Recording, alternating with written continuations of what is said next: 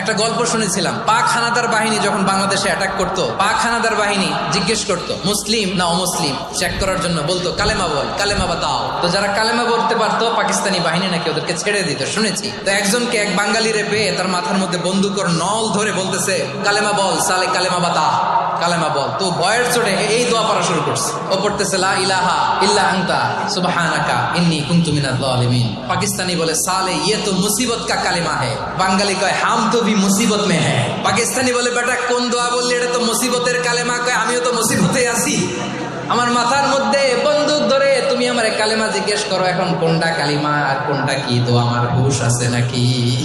লা ইলাহা ইল্লা আনতা সুবহানাকা ইন্নী কুনতু মিনাজ জালিমিন। বিশ্বনবী বললেন দেয়ালে পিঠ থেকে গেলে, চোখে মুখে অন্ধকার, বাঁচার কোনো উপায় নাই, তখন এই দোয়াটা পড়তে হবে।